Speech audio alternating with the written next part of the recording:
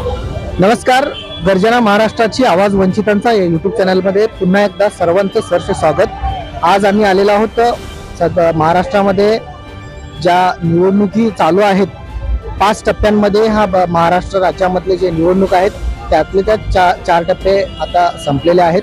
शेवटची आणि हे 5वी टप्पा जे आहे त्याच्यामधलं आलेले हे दक्षिण मध्य मुंबईमध्ये आपण आज आलेलो आहोत. आमच्याबरोबर आज वंचित बहुजन आघाडीचे अधिकृत उमेदवार म्हणून संतोष आंबुलगे साहेब आमच्या सोबत आहेत. त्यांच्याशी आपण बोलणार आहोत. सर्वात प्रथम तुमचं खूप खूप अभिनंदन. आता सभा यशस्वी पार पडला, काय सांगाल तुम्ही याच्याबद्दल? सभा यशस्वी यासाठी यशस्वी होत आहेत आमच्या सगळ्या, कारण आज वंचित ज्या पक्षामार्फत ओबीसी असू दे, मराठा असू दे किंवा इतर पक्ष असू दे, इतरांसाठी ती रस्त्यावर उतरते, आंदोलन घेते. बाकी कुठलाच पक्ष हा आंदोलन घेता दिसत नाही. अडाणी विरोधातही आम्ही घेतला होता. जे वीज आणि दर वाढवले आहेत, त्यानंतर आता जे प्रिपेड जे बिल वगैरे आणणार आहेत त्यासाठी रस्ता फक्त वंचित आघाडी उतरत असते. त्यामुळे लोकांचा हा प्रतिसाद वाढत चालला आहे.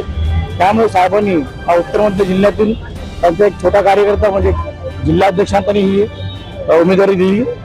त्याबद्दल मी त्यांचेही आभार मानतो. आणि वंचितची ताकद पुढे वाढतच जाणार आहे असं दिसून येत आहे.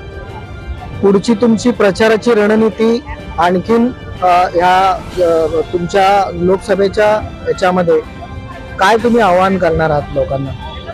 आव्हान हेच करणार आहे की जसं साहेब बोलले की आज हे पक्ष जे होते 2 गटामध्ये गेलेत आणि यांची कुठेतरी साठलोट झाले. जे लोक आम्हाला बी टोन म्हणायचे त्या तुम्ही बघाल की जिथे काँग्रेसचा उमेदवार जिंकतोय तिथे ते उमेदवार देत नाही, त्यांना दुसरा निवडणुकी टाकले जाते. जसं इकडच्या वर्षताई आहेत, त्यांना इथे नसून ते डायरेक्ट उत्तर मध्य आलेत, नंतर दक्षिण मध्य म्हणून त्यांना दिलं होतं की दिलं पाहिजे ते. असं न करता तो ह्यांच्यामध्ये काय चाललंय हे ती दिसून येते. प्रचाराची आमची हीच असेल की आम्ही सगळ्यांचा हा नकाब जे तोडा घालतात फक्त इलेक्शनसाठी, त्यांचा नकाब हा आम्ही दूर करणार आहोत. आणि येणाऱ्या इलेक्शनमध्ये वंचित बहुजन आघाडीचे उमेदवार जे साहेबांनी जाहीर केले की आम्ही कमीत कमी 1 कोटीच्या वरती जाऊ, त्यासाठी हे व्यूहरचना 4 दिवसामध्ये मोठ्या प्रमाणात आमची होणार आहेत. कॉर्नर बैठक आहे 1 दिवसात कमीत कमी एका तालुक्यामध्ये 3-3, 4-4 होणार आहेत. संपूर्ण जिल्ह्यामध्ये एका दिवसामध्ये कॉर्नर बैठक आम्ही कमी कमी 100च्या आसपास येणार अशी आम्ही रणनीती केली आहे. बाकी साहेबांचं जे मार्गदर्शन असेल या 4 दिवसासाठी ते सांगतील आणि तसं आम्ही ते काम करू. आज ह्या लोकसभेच्या तुमच्या हा संपूर्ण एरिया आहे, याच्यामध्ये महायुती असेल किंवा महाविकास आघाडी असेल, या दोन्ही पण एकाच जातीतल्या उमेदवारांना या ठिकाणी उतरवलेलं आहे. त्यांना तुम्ही कशा पद्धतीनं आवाहन करणार आहात किंवा कसे सामोरं जाणार आहात? आव्हान हेच करेन की वर्षताईंनी जो सुरुवातीला प्रचार केला की बुद्धिस्ट म्हणून, पण बुद्धिस्ट कोण चालत नाही का. आज सगळा शिकलेला वर्ग आहे आणि वंचितकडे जो वर्ग आहे हा सुशिक्षित आहे आणि हा युवा आहे. आता हे जातपाताचं राजकारण सोडलं पाहिजे. हे वंचित आम्ही नाव का ठेवले, कारण साहेबांनी सांगितलं की फक्त बुद्धापुरती ही वंचित बहुजन आघाडी सीमित नाही आहे, तर आपण सर्वांनी घेऊन चालायचं आहे. मुस्लिम असतील, दलित असेल किंवा ओबीसी असतील, मराठी असेल, ते बघत असा की मनोज जरांगे पाटलांनी साहेबांनी पाठिंबा दिला. त्यानंतर ओबीसीसाठी आम्ही आरक्षण केलं. तर हे फक्त एक बुद्धिस्ट म्हणून ती ब्लॅकमेल करू शकत नाही आणि कुणी होणारही नाही. मी स्वतः बुद्धी असून मी ते म्हणत नाही की बुद्धांनी फक्त बुद्धांचा विचार करायचा नाही. आम्ही अशा ठिकाणी प्रचार करतो जे मायनॉरिटीज आहेत किंवा ओबीसी असतील. तर हा एक प्रचाराचा आम्ही माध्यम मित्र केला आहे. त्या हिशोबाचा प्रचार चालू आहे. निवडून आल्यानंतर कुठल्या गोष्टी तुम्ही लोकांच्या सुविधेसाठी आणणार आहात, काय तुम्ही परिवर्तन करणार आहात या आपल्या लोकसभेमध्ये? सर्वप्रथम तर इथे जे रिडेव्हलपमेंटचा मुद्दा आहे हा खूप भयंकर आहे आणि जी बिल्डर लॉबी ही खूपच स्ट्रॉंग होते. कारण आमच्याकडे आता महिन्यामध्ये 100 लोक येत असतील, त्यात 99% त्या बिल्डरच्या विरोधात आणि पुनर्वसनाच्या याच्यामध्ये येतात.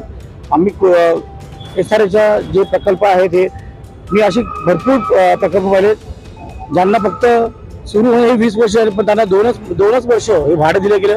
आज 18 वर्ष त्यांना भाडं दिले जात नाहीये. गोळीबारमध्ये तुम्ही बघत असाल ते 16 वर्ष एकाच स्टँडर्ड कॅम्पमध्ये राहतात. परवा गेल्या 2 महिन्यापूर्वी ती आग लागली होती, काही दुखापत झाली नाही किंवा एक जीवितहानी झाली नाही. पण आम्ही तिथे गेलो, पण तिकडचा बिल्डर असं होतं की तिकडच्या पोलीस स्टेशननी खारमध्ये निर्मलनगर पोलीस स्टेशननी एक FIR म्हणजे आपण म्हणतो तेही घेतली नाहीये, साधी NC घेतली नाही. म्हणजे ही बिल्डर लॉबी किती स्ट्रॉंग आहे आणि ही लॉबी पोलीस प्रशासन यांच्या मदतीशिवाय चालत नाहीये. पण हा सगळ्यात मोठा प्रश्न तर मुंबईचा हा पुनर्वसन जे आहे तोच आम्ही पुढे राबवणार आहोत.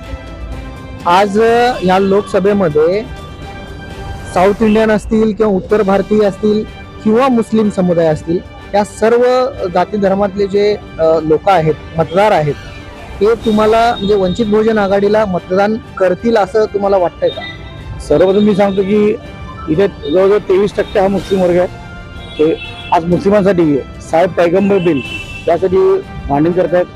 5% आरक्षण त्यासाठी आपण विधानसभामध्ये जे कपिल पाटील होते, शिक्षण याचे आमदार होते, त्यांनी हा मुद्दा उचलला होता.